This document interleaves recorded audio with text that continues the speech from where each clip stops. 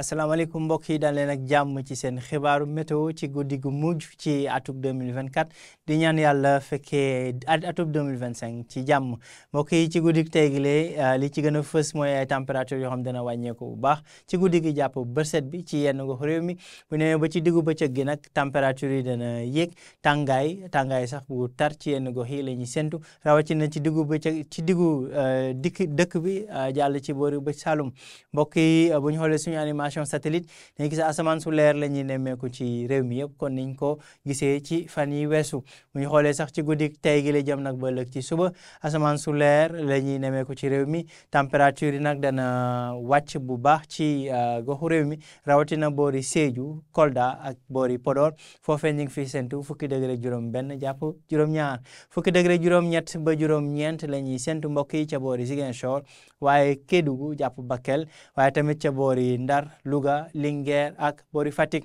ñaar fukki degré jàpp ñaar fukki degré ak benn ci li des ci réew mi fudul nag boori Kaolack foofee la ñuy séntu température bi gën a kawe ci guddi gi mbokk yi ci tënk rek température yi dana wàcc ci yenn gox yi waaye seddaay la ñuy nemmeeku ci goxu réew mi yëpp daanaka buñ demee ba ci diggu bëccëg gi ëllëg mbokk yi ci diggu bëccëg gi asamaan si dana wéy di leer dana am tuuti niir yu doxantu ca boori Ndar Podor ak boori Linguère ak Diourbel waaye li gën a fës nag ci diggu bëccëg gi mooy température yu kawe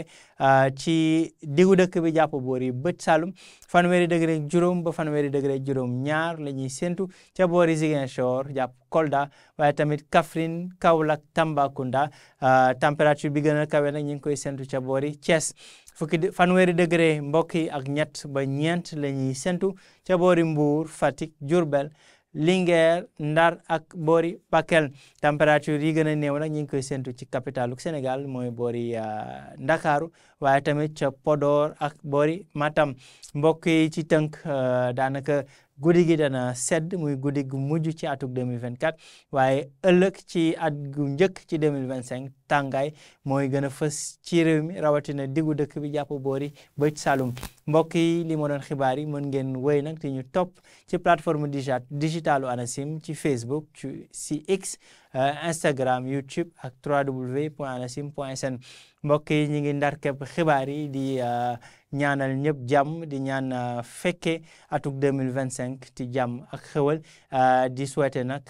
ñëpp une bonne fête de fin d'année 2024